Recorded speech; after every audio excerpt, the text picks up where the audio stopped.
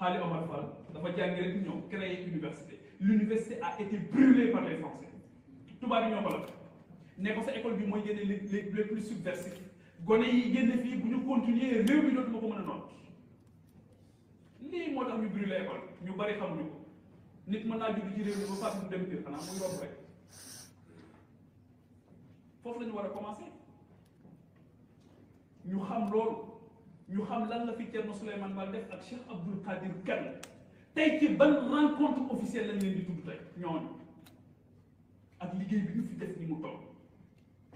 Seyda Mariama Niass bii fi jógee keroog ndax bu jigéen ñi di daje Sénégal di waxtaane dinañ ko tudd je fais un clin d'œil à Gaël Mbaye les féministes ndax bu ñu dajee dinañ ko tudd Seyda Mariama Niass école am rek c'était un modèle d'intégration réussie engagement citoyen foofu la yem ne maa ngi jaar ci buntu bi nga xamante ni Nelson Mandela nee na c'est l'arme la plus redoutable pour changer le cours de l'histoire éducation ak formation foofu rek ku fa génne gëm naa ne doo sànni xaalis gëm naa ne di nga fonk jàng ak jàngale gëm naa ne di nga fonk sa askan Seyda Mariama Niass tey moom mooy tur ndeysaan dañ koy bàyyee ak njabootam rek ñoom ñoo koy tudd ñoo koy wàcceel kaan yi di ko ñaanal te fii dañ ko fi war a tudd moo tax ma ko fiy tudd parce que ñooñu la ñu amee li mu def ci éducation une vie dédiée à l'éducation et à la formation des masses kooku la ñu amee fii may wax ak yéen boo demee ca dëkk ba la ñu tuddee Porokhane 550 filles ña nga fa nourri logé blanchi ñu leen di jàngal seen xam-xam ñëpp soxna Jaara leen ñu l'éducation et la formation di leen waajal ngir ñu amal njëriñ seen askan. Où est-ce qu'on en parle dans ce pays loolu mooy citoyen loolu mooy une éducation boo xamante ni jël nañ conscience ci ñoo njëriñ bu ñu amal seen askan ëllëg mais Sénégal dañ fay am nit ñu créé ay dëkk sanc ay dëkk ñii nga xamante ni ñoom la ñuy fal depuis 1960 je n'ai rien contre ay jàmbaar lañ waaye di ci gis koo xamante ni dina nekk au pouvoir ba génn fi waxuma la sanc dëkk mais pour mu dajeeg nit koo xamante ni rek maas na ko courant patriotisme dafay jafe maas na ko courant engagement citoyen dafay jafe moom kay dañ lay yor ci seen wet di la jëriñoo rek duñ la wutal sax liggéey bu am solo dañ lay wutal liggéey boo xamante ni saa bu ñu ñëwee weekend nga ñëw toog seen buntu kër ñu lay jox ngay lekk ba suur di naan ba maan di togg rek mbana yi tege donc l'autonomisation des femmes c'est beaucoup plus un slogan qu'une réalité li may wax ni yéen a ma ko gën a xam ndax gis ngeen meeting bu ñu joxe juróomi téeméer ak junni li mu teral nit ñi ci réew mi ñooñu ni ko jël ñu baax la waaye mbuus bu ci dara nekkul du taxaw wala indil leen ma CV daa leen wutal liggéey wala ñu ne jox leen ma jox indil sa yaay ji ñëw ndeysaan ne ko sama doom de am nañ master ba sonn waaye kii mu ne ko non indil ma ko la condition mooy nga def politique waaye nag politique bi du ànd ak éveil de conscience de politique bi du nekk ligne de convergence rek ñàkk na laa respecté ba du ne la ah man de programme bii laa bëgg te bu la joxoon cër dëgg danaan la yow nan nga d'accord sa engagement citoyen kenn du ko monnayer dafa mel ni légitimité kenn du ko monnayer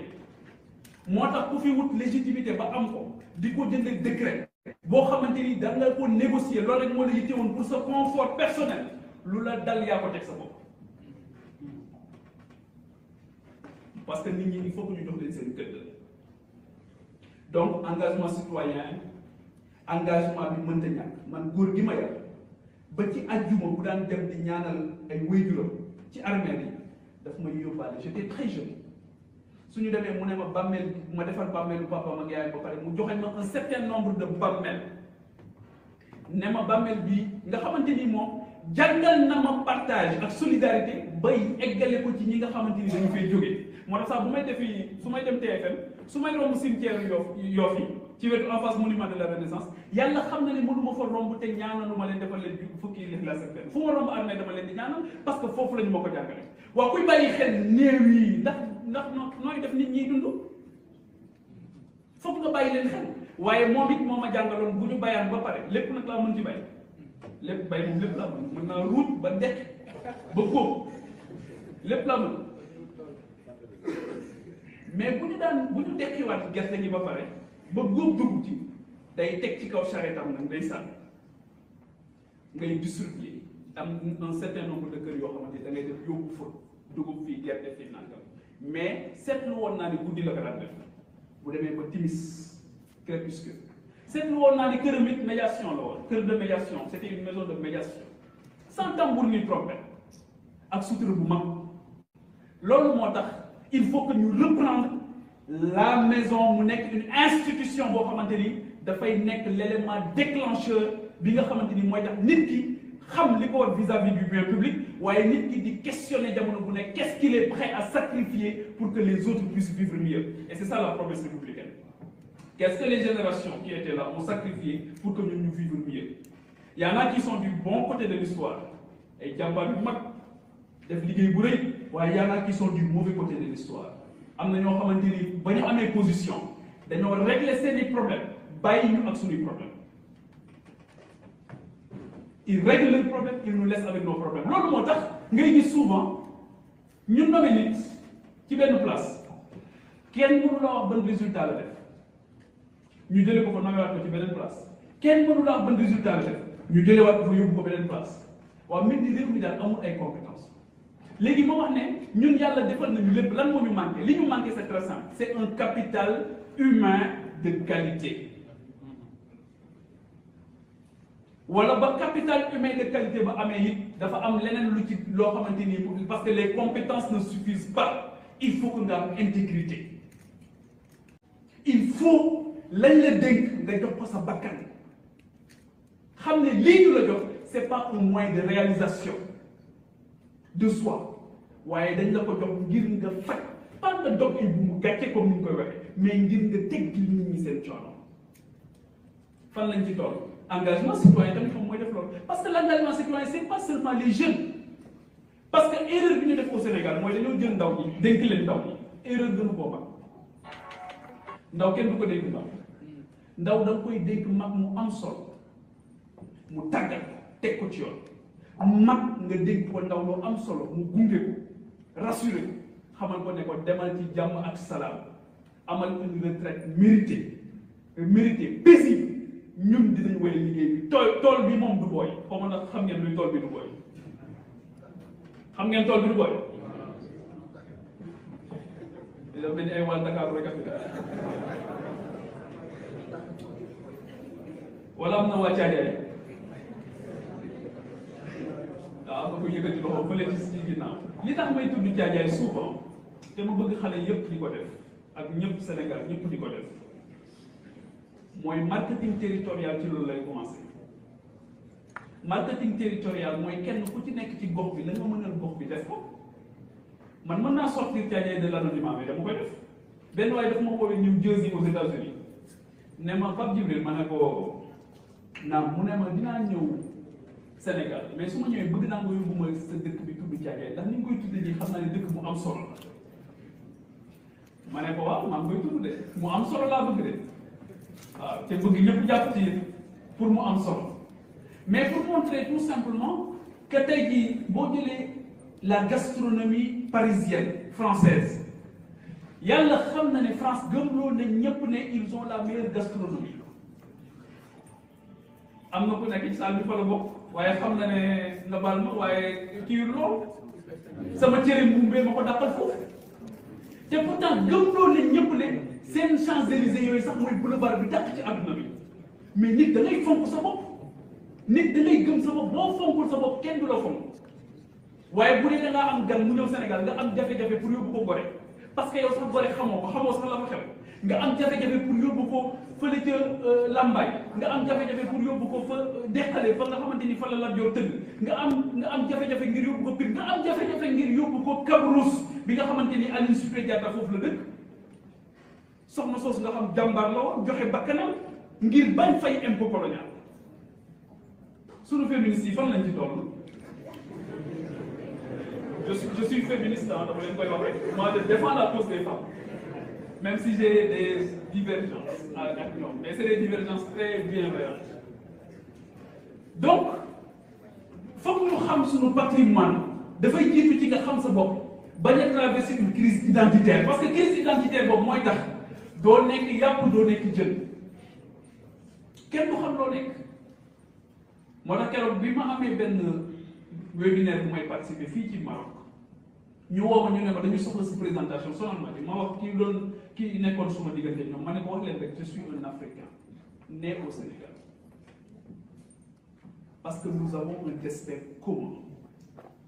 Il faut que nous comprenions que l'Afrique, nous sommes sabotés, nous dagatee ni gars yi ñoo toog séddoo ñii ne man jël naa lii ñii ne jël naa lii ñii ne jël naa lii nous sommes sabotés. On a été balkanisés. Mais boo fi tukkee ci sous-région bi rek nga xam ne ñii mën ak ñoom ñoo bokk benn lañ.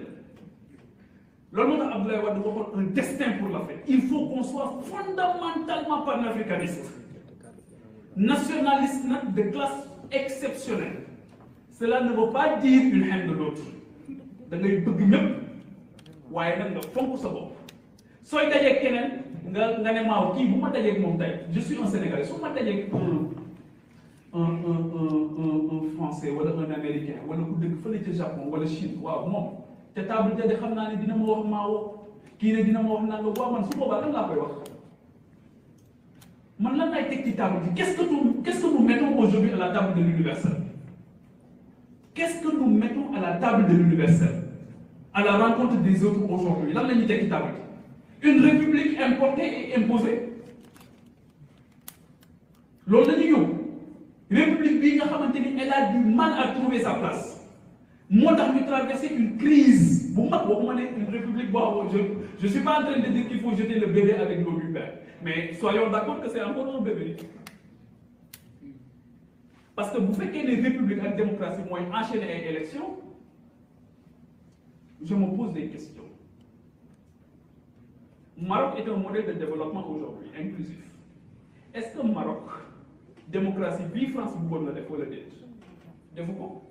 Est-ce que le Rwanda, démocratie, bi France, vous pouvez le faire? Est-ce que Singapour, non le dire? Est-ce que le Japon, non le dire? Nous pour le réinventer ou inventer ce modèle de démocratie, vous devez ak seen us et coutume waaye bu dëppoo ak seen réalité socio-culturelle fan lañ ci toll nii tudd naa léegi Seyda Mariama Niass elle est femme d'État non c'est une femme d'État non c'est une femme d'État mais ñun ñoo koy wax ñeneen ñi keneen la ñuy tuddee homme d'État ak femme d'État sëñ Mountakha c'est un homme d'État non sëñ Mbaye Sy Mansour c'est un homme d'État Mame Abdou Aziz Sy Dabakh c'est un homme d'État dans toute sa splendeur, dans sa forme la plus sublime. waaye kenn du ko tuddee homme d'État surtout ñun ñuy jàng ci école tubaab bi duñ ko tuddee homme d'État lan moo tax parce que prisme bi ñu am moo baaxul le prisme n'est pas bon te noonu lañ leen jàppe naan leen les marabouts webinaire bi ma bokkoon ba waa ji ne les marabouts dama ne ko dootuma nangu nga wax leen les marabouts parce que tubaab bee leen tuddee marabout marabout mooy un pigeon blanc paresseux gis nga saabu marabout sax amoon na fi saabu marabout amoon na fi am picc mu weex mu tuuti lañ ciy def nii ñu ne lii mooy saabu marabout ba colon bi bëgg leen a caricaturer mu tudde leen les marabouts waaye du ñu bëgg a ñëw naan les marabouts nga gis un ministre toog ci télé naan les marabouts le marabout est conscient des enjeux un marabout comment est-ce qu'il peut être conscient des enjeux? C'est des citoyens accomplis, achevés plus que des citoyens. C'est des grands électeurs, là les députés. Voilà, c'est de grandes personnalités. C'est des gens qui, le plus souvent, à eux seuls, constituent une communauté. Mais nous avons dit que nous avons sur le développement économique et social. Il faut qu'on s'entende d'abord sur ce que ça veut dire développement. Moi, dans le développement économique et social, dama ci yok harmonieux. Parce qu'il faut que nous ayons harmonie. Il ne faut pas qu'on continue de creuser les inégalités. C'est une reproduction sociale sans cesse. Nous donnons ministre, c'est une chance humaine pour être ministre. Voilà, nous avons un problème pour liguer. Nous avons un président. Nous avons une tentation. Les grands présidents, ils ont les présidents. Il y a une inégalité des chances. Moi-même, j'ai raté le concours de Britannie militaire parce que je n'avais pas l'information. J'étais préparé, on n'a pas parlé. Mais j'ai raté le jour. J'ai raté le jour. Mon maître, M. Pierre Sagne, m'a préparé les salles. Donc, l'autre, tey jii am nañu koy dund tey information léegi nag bu ñu accès ci wàllu financement yi ñu ne problème bi financement yi am mooy les jeunes n'ont pas l'information wala problème bi financement yi am mooy y a un problème de communication mais la communication a bon dos quand même c'est pas un problème de communication c'est pas un problème d'information c'est un problème de vision c'est un problème d'empathie c'est un problème de solidarité yow bu la wóoree ne njaboot gi nga yor sa kër wóor yow lañ dénk liggéey ndaw nga régler sa problème mu ndaw say liggéeyu ndaw yow nga régler ak ñi la wër ak say militant bàyyi ñeneen li nga def yow la neex loolu moo tax may wax ne su ma gisee koñ bu nekk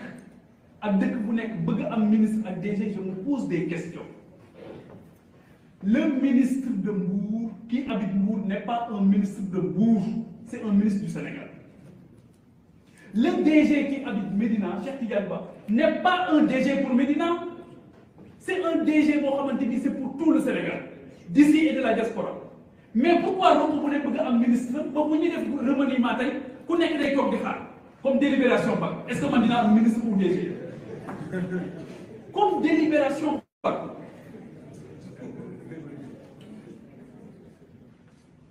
am na suñu am sax bu ñu leen falee dañ naan léegi coono yi jeex nos ennuis financiers sont terminés maintenant du dëgg ah waaw ñooy séddale du dëgg li may wax ni su amul rek objection man ma nangu en papa wat su amul rek ma kii ah waaw kon baax sama papa nee naa donc on a toujours besoin d'une caution voilà pour avancer donc loolu moo tax ma jàpp ne li ci jiitu mooy xam ak jàng moo tax ñi toll ci jàng bu ñu jàngal ñi jàng ba jàpp ne noppi nañ nañu xam ne jàng du bari bés bu jot rek jàng la bés bu jot bind bu bees n'arrêtons jamais d'apprendre mais lan la ñuy jàng est-ce que li ñuy jàng tey daf ñu war a permettre ñu am salaire tey week-end bi ñu dem ndànk sali tëdd fa ak suñu njaboot wala dem île du Saloum tëdd fa ak suñu njaboot après ñu xëy si waat jàpp suñu njaboot wala ndax dañoo war a nekk au service des autres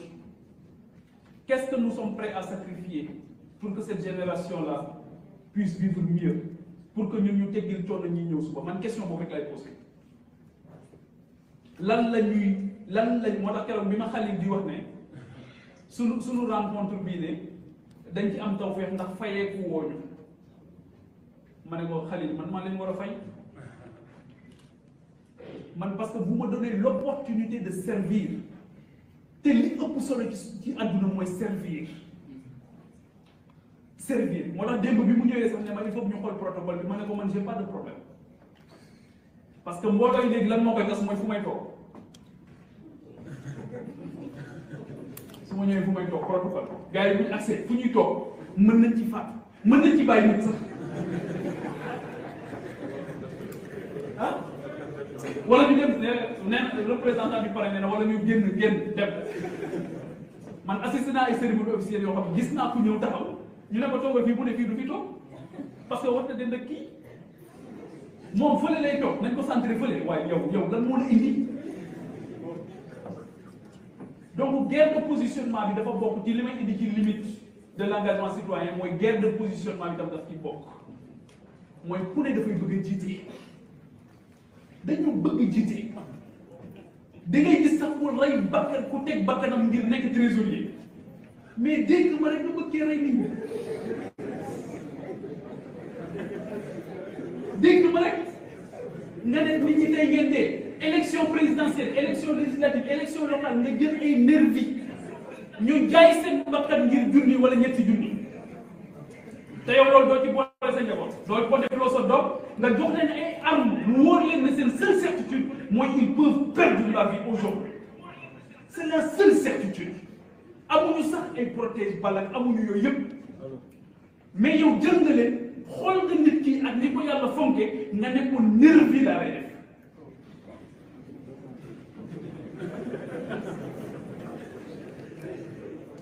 bàyyi sa papa bàyyi sa yaay bàyyi say rak bàyyi say mag bàyyi ñoom ñëpp doomu aadama dafa fort ku mat a fonk la te loolu fi ñu koy commencé nag mooy ci chauffeur bi lay dawal mooy ci bon ba nekk ci sa kër ban rapport lañu am ak bon yi nekk ci suñu kër loolu du Macky Sall de du Abdoulaye Wade du Abdou Diouf ñun la loolu it na teel na ku nekk xoolaat sa bopp surga bi nekk sa kër sama maam bi ma doon tudd léegi dafa mës a recruter benn surga bi mu recruter surga bi ñun ñuy respecté parce que ki mu recruter woon dafa xawoon magal bu ñu demee tool du am benn valeur ajoutée ci tool bi gars yi commencé di respecté naan waaye kii paa bi jël ko mënul dara bu ñëwee ci tool yi du ñu defal dara ba mu egg ci nopp góor gi ne kii maa gën a xam ne mënul dara waaye bi ma koy jël xam naa ne li ma koy sant yéen mën ngeen ko waaye dama koo bëgg a dimbali te damaa bëgg a préserver dignité ndax bu ma ko joxee du jël waaye bu ma ko àndaloo ak yéen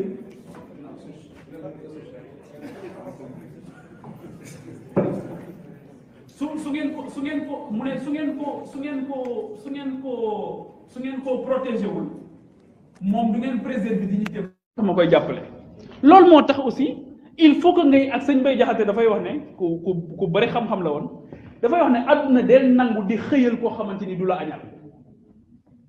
mu ne àdduna bi di fi xëyal koo xamante ni du la añal waaye di fi añal koo xamante ni du la xëyal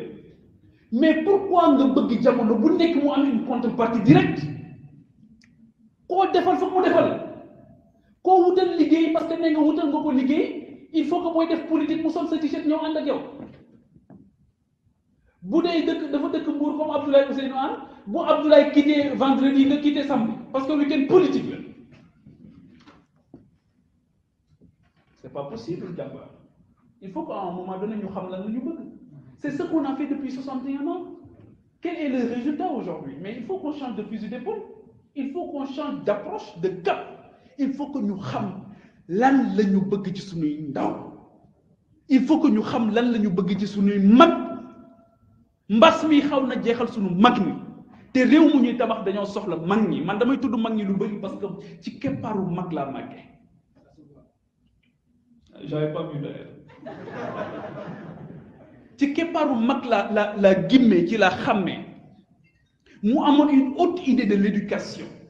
moom bàyyi jàng moom man mas naa jóge école benn jour di wax ne suma bopp day métti bi ma agsee parce que dama sonnoon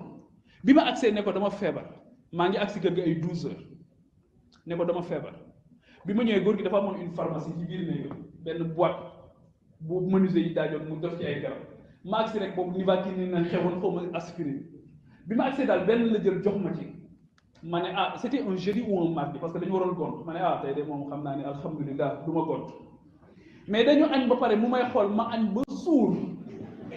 mu ne ma ku feebar du añee ni ba suur ne ma 15 heures nga dem jàng 15 heures dama dem jàng donc daawoo xalaat wax ko lu dul dëkk wala nga def ko te jàng bi daaw ko négocier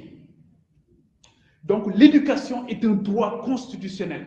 xool xale muy màgg te jàngul c'est un crime il faut que ñëpp xam ko réew yi ñun suñu réew yi li tax njàng mi tagga témbe mooy ñi nga xamante ni ñoo envahir suñu réew ne ñoom ñoo ko moomoon ñoom dañoo bi ñu demee ba ñu ne leen tey ngeen génn réew mi bi ñu demee ba ñu ne leen tey ngeen génn réew mi gars yi waa Feeling Dakar ngeen baal man Medina TV xam naa ne yow yàlla ni non andi wu ma leen sax après naa leen defal interview incha allah léegi bi ñu demee ba ñu ne leen tey ngeen génn réew mi ñu ne non mënuñu demee noonu il faut que ñu liggéey une école moo tax suñu école bi c'est une école de Jules Ferry c'est pas une école sénégalo-sénégalaise ñi ma leen tuddal fii léegi ci ay kilifa mënul leen a am muusa ko mu tëj ba jàng leen ci école kan moo fi jàng Thierno Souleymane Ba wala Cheikh Abdoul Khadir Kane ak ñeneen ñoo xamante ni tey mën naa koo lim fii ba suba te du ñu jeex moi j'ai eu la chance de faire sur les pas de Seydi Hadji Malick Sy radiyallahu anhu mais bi ma defee sur les pas de Seydi Hadji Malick Sy ba gis li mu def ci wàllu xam-xam ak tasaare xam-xam ci biir réew mi avec son fameux séminaire de Ndiandé mais je me suis posé beaucoup de questions moo tax c'est Cheikh Ahmed Tidiane Sy Al Maktoum tuddee woon ko l'inconnu de la nation sénégalaise parce que suñu ko xamoon tey duñ ko fi bàyyi jamono bu nekk naan Habermas naan Samba Ndiaye ak Doudou Diop di leen tudd ñoo xamante ni il fallait kuy wàll yéen da ngaa tëggut waaye ñun jàpp nañ ne ils n'ont pas produit sur la sociologie ñun jàpp nañ ne ils n'ont pas produit sur la psychologie ñun jàpp nañ ne ils n'ont pas produit sur la géologie ñun daal dañoo jàpp ne ñooñu seen dund bu am solo boobu yëpp julli ak woor rek leen fi jàngale fiqh c'est archi faux. Ils avaient un projet de société, ils avaient une vision politique te li ñu def ci seen njaboot yéen ñëpp teg leen ci bët néew na nga dajeeg seen njaboot nga ñee leen néew na lool nga dajeeg seen njaboot nga ñee leen parce que dañu liggéeyal ëllëg ñoom dañu liggéeyal seen njaboot taw feex gi seen njaboot am mais seen i Hadji Malick wut xam-xam ak tasaare xam-xam tax na bi soxna Faa Wade Wele di wàcc liggéey fekk ko gaay bi ñu ko xibaaree mu ne njaal moo fa des naa wéyal liggéey bi njaal moo fa des su ma noppee dinaa dem jaale ji ay mbokkam boo demee ndombo ba mu bindee Taysiir mais tu as une autre idée foofu ba tey ji dafa naqaree dem ndombo sa jëri jóg man dem naa fa foofu ku fa dem doo bëgg sax guddi fekk la fa parce que tali ba baaxul mais moom imaginer jamono ba mu fa nekkee foofu lañ ko yëgalee ne sëñ Babacar Si gën a naa loolu est-ce que suñu école yi nañ ñu ko jàngal te sëñ bi loolu day tax ma gën a fonk réew mi day gën a tax ma gën a fonk ñi ma tudde man les pères fondateurs tey jii bu ñu lay tuddal tey les pères fondateurs aux États-Unis et ailleurs tu as l'impression que c'est des prophètes tu as l'impression que c'est des demi-dieux du nit ñu ndaw mais parce que seeni sët ba ñu ñëwee dañ leen a fonk yëkkati leen wane seen lu baax nëbb seeni ayib ñun tey jii sunu mag yi fi jóge woon lan la ñu mën a génne tey teg ko ci table bi loo xamante ni dina renforcer sunu vivre ensemble waaye dina tax aussi ñu xam sunu bopp lan la ñu génne ci table bi kan moo ñu dimbali ci loolu kan moo ñu dimbali ci loolu kan moo ko def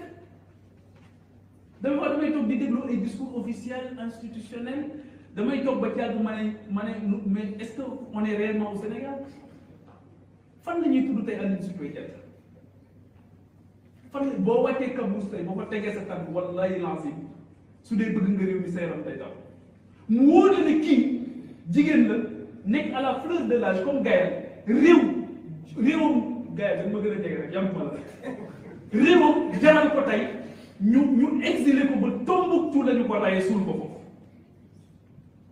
ma nga Tombouctou tey est-ce que loolu war nañ ko xam wala déet mais war nañ ko xam ñooñu ñooy les pères fondateurs c'est eux qui nous fondent hold-up bi nag c'est à partir de 1960 gars yi ne ñii bu ñu leen bàyyee ñu tabax seen république rek non problème république sénégalo-sénégalaise moo tax kenn wax république sénégalaise république du Sénégal la ñuy wax waaye mosoo dégg ñu ne république de la France république française parce qu'elle est française. République du Sénégal, République du Mali, République du Burkina, c'est des républiques importées et imposées.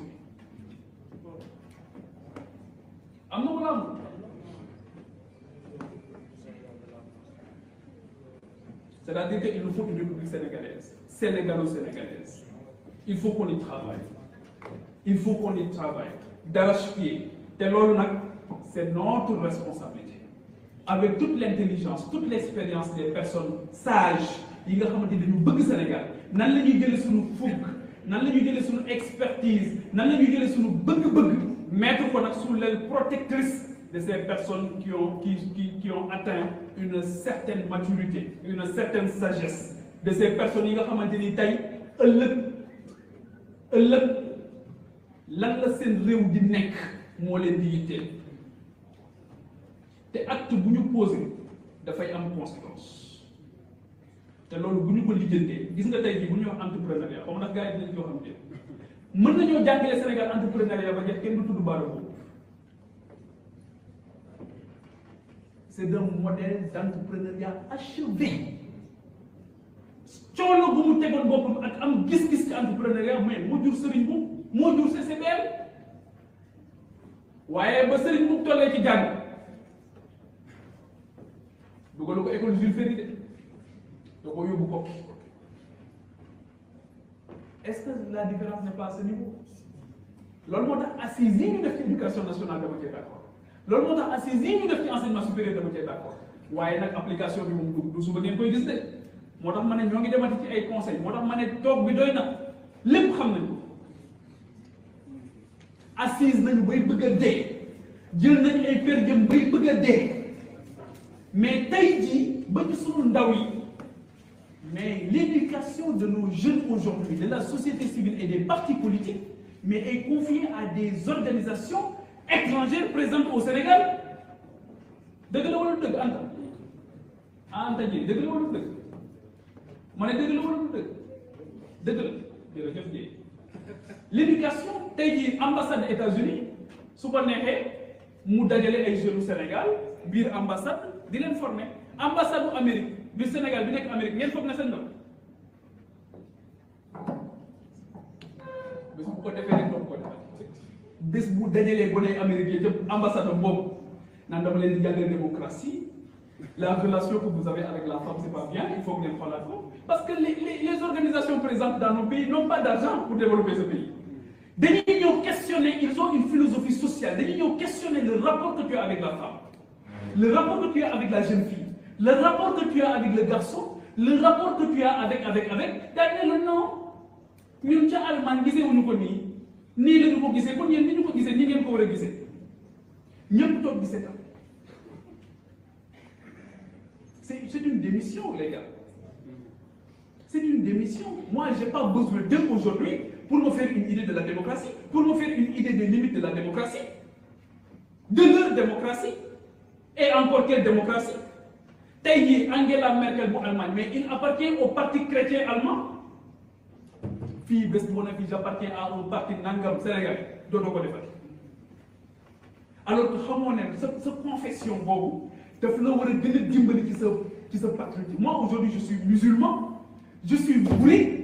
mais dafa tax ma gën a am conscience ci république bi ma bokk dafa tax ma gën a am conscience ci sama devoir dafa tax ma gën a am confiance ci mag ñi nga xam ñoo dëkk réew mi je suis musulman je suis mouride et je dois beaucoup à l'église parce que j'ai fait mes premiers pas à l'église catholique de Thiadiaye à l'école Notre-Dame de la Paix te mosul altéré suma ngëm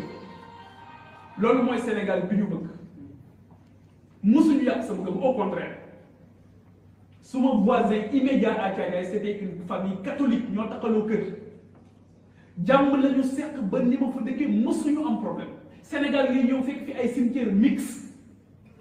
moo tax ñii tudd dialogue islamo-chrétien ba muy am ñoom amuñu ba Serigne Fallou Mbacké ak Serigne Babacar Sy yi adopté Senghor mais boobu li yëpp existé wul en toute intelligence sociale donc il faut qu'on soit beaucoup plus conscient de ce que nous voulons ñu def ci du contenu nag il y a une bataille du contenu aujourd'hui au-delà des médias qui ont un grand rôle parce que les écrans ne sont que des écrans li waa ji di wax ne étymologiquement écran ça signifie quelque chose qui t'empêche de voir la réalité loolu mooy écran bu ci ñi xam football dañ naan defal écran ci kanamam donc loolu mooy écran au-delà des écrans qui sommes-nous où voulons-nous aller avec qui comment mais il faut que ñu dox tànk yi dëgër jëm ci loolu il faut que ñu dox tànk yi dëgër jëm ci loolu en commençant par une territorialisation des politiques publiques mais une territorialisation des ressources humaines d'abord bala ngay territorialiser ay politiques publiques da ngay territorialiser ressources humaines yi nga xam ñooy porter politique publique yooyu loolu moo tax may wax xale yi souvent ne leen te foofu laay jeexal les gars mais les plus jeunes waxuma yéen ay kilifa ngeen les plus jeunes de prendre conscience dès le bas âge qu'il faut avoir cette posture de don de soi joxe nga teel ko jàngale joxe boobu tabe alal la ci gën a yomb tabe ci alal moo gën a yomb nit da lay may xaalisam ba pare sax di la saaga tabe ci daraja moo gën a jafe ak ci temps gars yi ngeen di seeti souvent ñu xaarloo leen ba ngeen di bëgg a dee ci salle d'attente xaarloo leen ba ngeen sol après ñu jël seen image photo selfie bi moom jaral na leen lu ne te ñun fi mu ne nii sunu kër kenn bëggul selfie ak bon bi lay liggéeyee alors que kooku ngay dem di seeti mu tudd ministre wala DG c'est ton serviteur yow yaa ko fa teg il faut qu'on change le rapport ñoom c'est des serviteurs man mii tey je suis un serviteur. Je suis un serviteur. Et dama bëgg ñu xoolee ma comme tel un serviteur amul grade bu gën a màgg servir amul. xool leen Sénégal ñi servir ak ñi servir woon xool leen tey jii ñan la ñuy dem ci pèlerinage ak ñan lañ demul pèlerinage xool leen ñi serviroon ak ñi servirul woon xoolal si Anta Diop tey am na ñuy dox Dakar ba Thiès ngir rendre ko hommage am na tey jii ñoo xamante ni ñoo ngi def noonu feneen ak feneen ak feneen donc loolu moo tax s'il y a un mot boo xamante ni war nañ koy conjuguer un verbe boo xam war nañ koy conjuguer jamono bu nekk suñu xëy mooy servir jëriñee wattandi ko jëriñee wattandi ko jëriñu moytu égoïsme bi di def rek te yàlla tax di def rek te Sénégal tax waaw jàpp ne bàyyi tamit su ma defee leen diw daf maa war a defal systématiquement loolu tamit dañ ko arrêté bàyyi sàcc xaalisu réew quel que soit niveau boo mën di nekk parce que sàcc mën naa ne quel que soit niveau boo mën di nekk am na ñoo xamante ni fab naa la waxuma la de mais am na ñoo xamante ni université dañuy commencé jàng dëpp kees ci amical ak bourle ra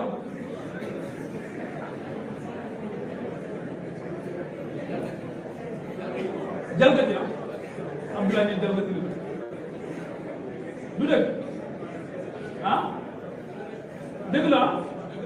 foofu lañ koy commencé léegi foofu boo ko commencé foofu après pour nga bàyyi ko dafay jafe yenn saa yi étudiants yi yónni la nga dem négocier avec l'autorité nga dem négocier avec autorité bi ne la non xam nga li ñu bëgg étudiants yi soo demee wax leen ko du ñu nangu léegi xoolal bàyyi ñu négocier am téye lii passal ci lii jox leen waaye lii téye ko loolu mooy corruption passive am lii téye ko mais yow lii mu la jox ne la téye ko bu dul woon mbooloo mi doo ci jot ci moom kon amoo droit téye ko donc sew yooyu la ñuy bàyyi muy dem ba mu mujj nag nekk nag lu rëy nag mooy il faut que ñu comprendre définitivement que xam jàng mënta ñàkk ci ñun jàng nag dafa bëri façon waxuma école bii rek bi xew bii am lépp jàng la lépp lu lay génne ci réer jàng la lépp lu lay génne ci réer jàng la est-ce que da nga ko def dans la pratique ou bien da nga ko def dans une école c'est la même chose lépp école la am na ñoo xamante ni seen kër ñu yendoog seen papa wala ñu yendoog seen maam jàng nañ ci leçon yoo xam nit yenn en fi te xam donc loolu yëpp lépp xeetu jàng la moo tax ma ne jàng mënta ñàkk ci ñun soo jàngee ba pare nag nga ne léegi mën naa servir sama xam-xam bii nga questionner ses redevabilités vis-à-vis de ton pays qui t'a tout donné léegi nag nga commencé gëstu nag xam yow ki nga doon xam soo génnee fii dem Maroc soo dajee ak marocain nan ngay def ba mu fonk la fonk sa kii ñun ñoo ngi waxtaanee Maroc fi mu ne ñoo ngi waxtaanee Assane Deme mais est-ce que waa Maroc tey jii dinañ ñu waxtaanee ñun parce que ñoom dañu def public relation boo xamante ni dañu fexe ba ñu amee ñëpp xam leen ñun tey jii fan lañ ci toll tey est-ce que ñi ma tudd fii dinañ leen tudd bu ñu nekkee ci perron de l'Élysée est-ce que dinañ leen tudd bu ñu demee Maison Blanche est-ce que dinañ leen tudd bu ñu taxawee ci tribune Nations Unies wala déet est-ce que dinañ leen tudd au niveau du Parlement de la CEDEAO est-ce que dinañ leen tudd au niveau du siège de l'UA de l'Union africaine est-ce que wala déet ndax dégg ngeen ko waaye ñoom saa boo leen déggee ñuy wax président yi nga xam ay panafricaniste lañ waxuma ne suñu bos du panafricaniste mais président yi nga xam dañu bëgg Afrique du ñu wax mukk te tudd ñu seeni père fondateur c'est extrêmement important c'est extrêmement important moo tax bu ñu ñëwee nii ne dañuy fêter indépendance yooyu dañ leen ci waroon boole ñoom parce que ñoo ko Maba Diakhou Ba dañu dagg baatam ndax réew mi bañ ko ko noot Maba Diakhou Ba est-ce que ñun bu ñu tuddee indépendance dañ ko ci boole duñ ko ci boole Ahmadou Cheikh dañu ko faat Cheikh Ahmadou Bamba exilé Samori Touré exilé est-ce que dinañ leen ci boole tey ci suñu république bi nañu accepter réinventer ko tëgg ko def ci mu nekk une république qui nous rassemble et nous ressemble nga xamante ni bu ñu entonné hymne national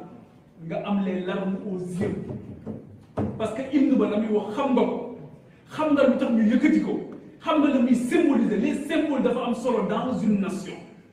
Je préfère même parler de nation que de république. Dans une nation, les symboles dafa am solo. Qu'est-ce que le lion symbolise aujourd'hui dans votre quotidien? Ci seen sceau de la république la bokk. Lan lay symboliser? Baobab bi lan lay symboliser? Les couleurs lan lay symboliser? Mais loolu il faut que ñu xam ne nit ki du ko judduwaale daf ko war a xam. Il faut qu'on y mette du contenu et il faut qu'on accepte de le réactualiser toujours pour décoller avec les enjeux du monde nouveau. Est-ce qu'on le fait suffisamment? Je ne le pense pas, Anta Gueye. Je ne le pense pas.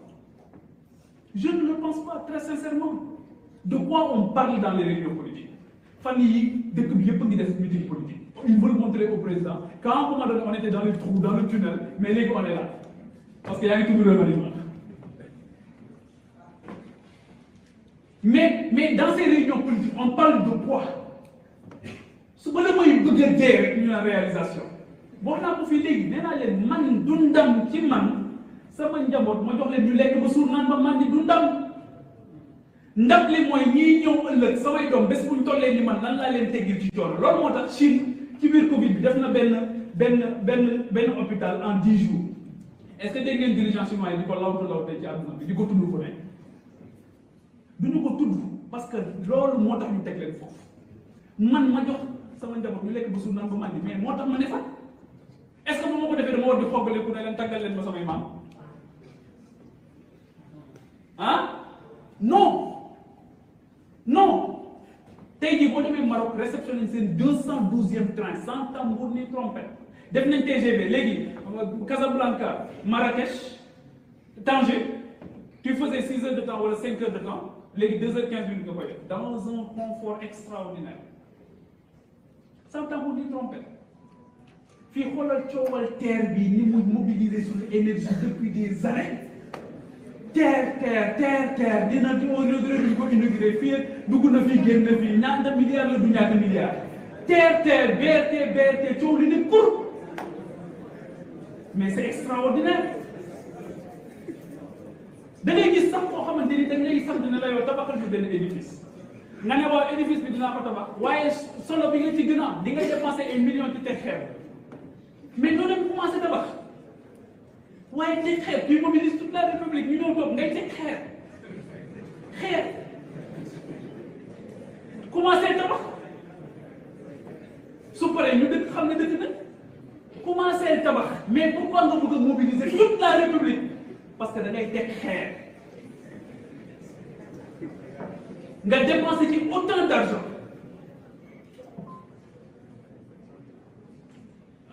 les gars loolu manque de sens la donc loolu tamit c'est une tradition coloniale colon yi bi ñu leen di dàq dañu ne non bu leen ñu dàq parce que defaral nañ ne nombreux kilomètres de route defaral nañ hôpital pourtant maladie ñoom ñoo tax ñu reculer pourtant nangam am na pourtant nangam colon bi moo doon def loolu ñun on a cette tradition coloniale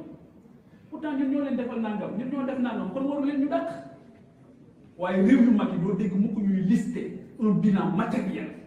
parce que dañu def nangam ak nangam non travail tu es élu pour ça boss yow sa borom ngay jëflante ci sa askan jëflante woo ak nit ñi waaye di mer parce que li nga def nit ñi tudduñu naan dama am problème de communication ah looy mer sa njabootee boo leen joxee du lekk bu suur mais est-ce que soxla nga ñu ne leen ñoo papa lekk nañ ba suur non boo leen xoolee rek xam ne suur nañ papa lekk nañ ba suur naan nañ ma bànn non boo leen xoolee rek boo déggul jooy rek xam ne suur bi ah donc maa ngi leen di gërëm bu baax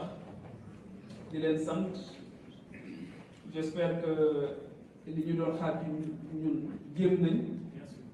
on a essayé juste d'être authentique naturel démb bi may am ñu may waxtaanal ci benn salon bu ma nekkoon dama leen wax ne leen lii may wax fii laay wax suba parce que loolu laa gëm te ci loolu lañu war a ànd ci dëgg boobu dox tànk yu dëgër bàyyi naxante bi bàyyi tappale yi ku ñu dégg nga xam ne lañ la dégg soo ci paree nga dem defi leneen on ne peut pas être ministre à vie on ne se bat pas pour être ministre pourquoi se battre pour être ministre pourquoi se battre pour être DG servir rek nga bëgg tàmbali bés bu ñu demee ba xool ne yow nag fii baax nga fi ñu ñëw jox la bu ñu la dénkee ñaari fan gis ne am na insuffisance de résultat ñu ne la seen bi delluwaatal fi nga nekkoon waaye tu te bats pour être ministre tu te bats pour être chargé de mission et encore quelle mission tu te bats pour on se bat pas pour être on se bat pour être citoyen on se bat pour être un bon Sénégalais on se bat pour être un bon Africain maa ngi leen di gërëm baax leen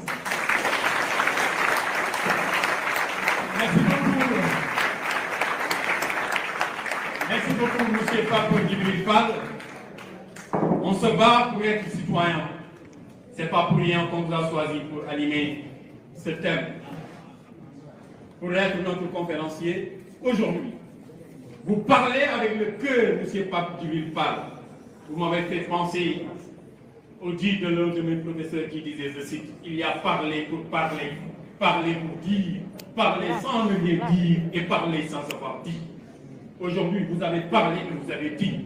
Vous m'avez fait penser dans votre allocution à ce que disait l'éminent juge Feu Kebambaye. Je cite,